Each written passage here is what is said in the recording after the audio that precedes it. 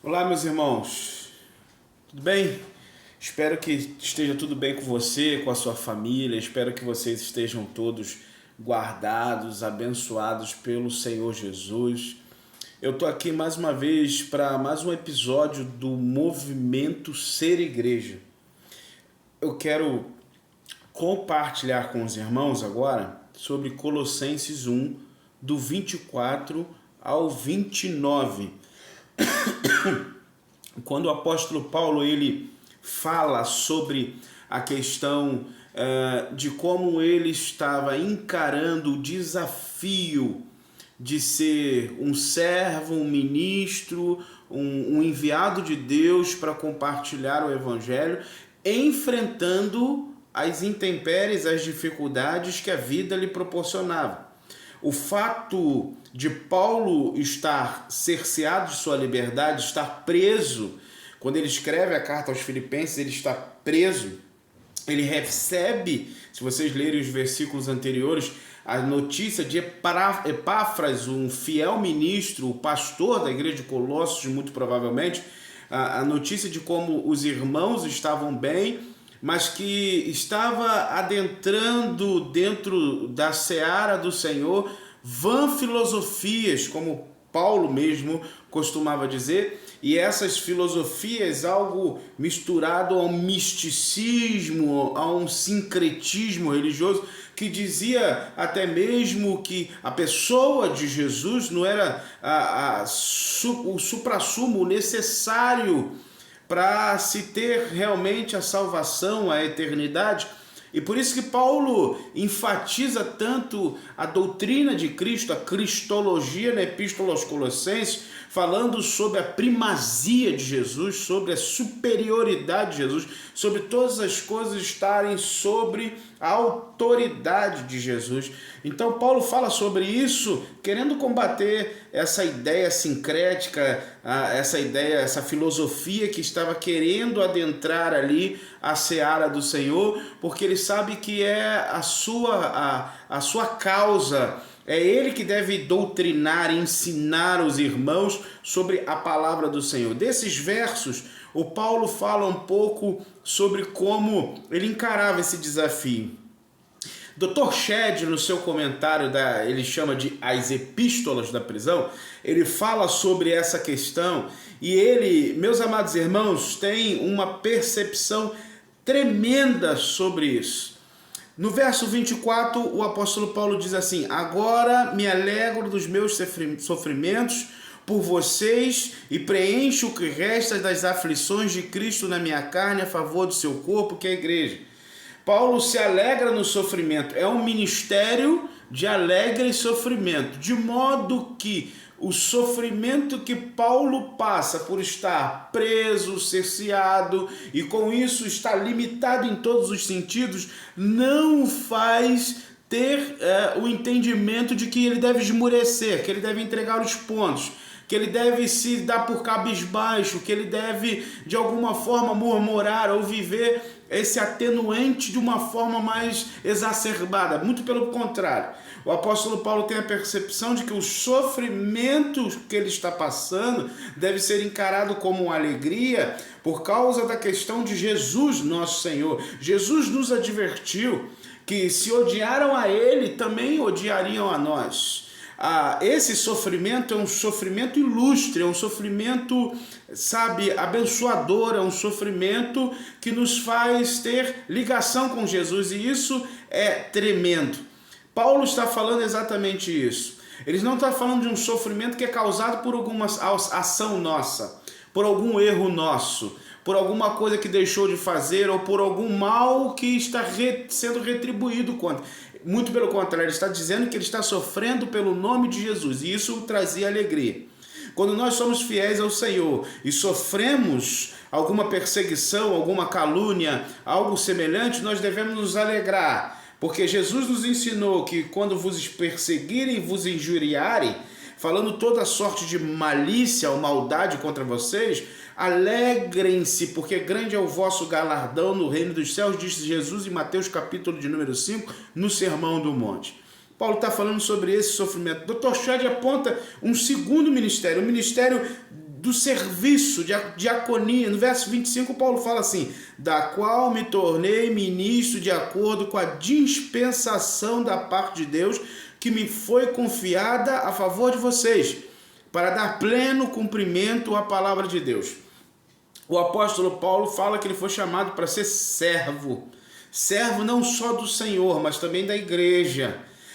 Nós devemos servir uns aos outros, servir ao Senhor. Nós somos servos do Senhor, estamos à disposição do Senhor. O Senhor é que nos dá ordem, o Senhor é que nos envia, que nos comissiona, mas nós também devemos entender que nós somos servos uns dos outros.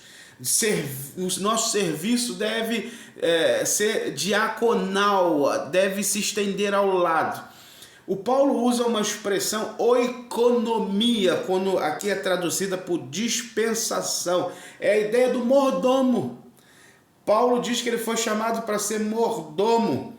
E ele fala que essa mordomia era a favor das pessoas, para o pleno cumprimento da palavra de Deus. Ele foi chamado de ser mordomo da palavra de Deus, de ensinar, de entregar. E repare que o mordomo, meus amados irmãos, ele não produz o que ele vai fazer, ele apenas serve. O serviço de um ministro, de um servo do Senhor, é servir através da palavra. Ele não prepara a palavra já está pronta. O que ele tem que fazer é separar, é entregar o melhor, sabe? Ele não cria a palavra, ele a prepara no sentido de a entregar para que tenha melhor conhecimento, melhor entendimento, maior lucidez, seja mais lúdico para o povo entender. Nós somos chamados para sermos mordomos, servos, aqueles que são dispenseiros, como Paulo diz aos Coríntios no capítulo de número 4, o dispenseiro é o que tem a chave da dispensa, é o mordomo, é o que traz, é o que serve. Repara que depois ele fala que esse é o mistério que esteve escondido durante os séculos de geração, mas agora foi manifestado a estes Deus que dá o conhecimento da riqueza da glória desse ministério entre os gentios, que é Cristo em vocês, a esperança da glória. O Paulo fala do mistério, o mistério nas religiões antigas, Dr. Russell Shedd comenta isso, é a ideia da iniciação, aquele mistério, aquela coisa mística. Mas dentro do Evangelho, a palavra mistério não tem a ver com esse sentido de místico, de algo, sabe, que está escondido, mas o Evangelho tem a ver com algo que estava oculto, que agora é revelado. Paulo vai falar que aquilo que estava oculto agora é revelado a nós, e essa revelação é estendida a nós, na verdade, ele diz. Porque essa revelação era para ser dada somente aos judeus, mas foi estendida a nós também, os gentios, que agora também fazemos parte da igreja de Jesus. O verso de número 28, ele diz: este Cristo nos anunciamos, advertimos e ensinando cada um em toda sabedoria, a fim de apresentarmos cada pessoa perfeita em Cristo. Agora é um detalhe. Esse ministério é um ministério pastoral. O desafio de um pastor é preparar os santos para a obra do ministério, como Paulo diz em Efésios capítulo de número 4. Repare, meus irmãos, que Dr. Shedd destaca exatamente isso, e Hernandes Lopes também no seu comentário destaca esse fato. Paulo usa 3 verbos. O primeiro, anunciar. E anunciar a ideia de proclamar, a ideia de ser um arauto. Advertindo é a ideia de exortação, é a ideia de redarguir, de ensinar de uma forma mais enfática, às vezes corrigindo erros, doutrinando. E por último, o verbo ensinando. Ensinar de didática, de aquele, como Paulo diz a Timóteo, que deseja o episcopado, aquele que deseja ser um pastor, ele precisa estar apto a ensinar. O Paulo fala que essa ideia de ensino dele está ligada ao preparo dos irmãos, para que os irmãos possam amadurecer. A palavra grega teleios, pessoa perfeita, é a ideia de alguém que está amadurecendo, porque sabemos que nenhum de nós será perfeito enquanto estivermos aqui, mas a proposta é que a gente amadureça, se aperfeiçoe e seja cada vez mais parecido com Jesus nosso Senhor. Por último, para encerrar esse nosso movimento igreja de hoje, é para esse fim que eu me empenho, esforçando-me o mais possível segundo o poder de Cristo que opera poderosamente. É para esse fim, os dois versos são de trabalho forçado, de trabalho. O ministério é trabalhoso, ele requer de nós suor, ele requer de nós entrega, ele requer de nós disciplina. Não tem como ser cristão sem trabalhar, sem se fadigar, sem se entregar, sem se doar. O ministério exige isso. O Paulo diz: empenho-me, esforço-me. E a ideia é a mesma lá que Paulo fala em Coríntios, no capítulo 9, quando ele usa a ilustração do corredor, do atleta. Eu agonizo, né? A ideia do me esforço, eu me entrego, dou o meu melhor. A gente não tem como servir o Senhor de qualquer jeito.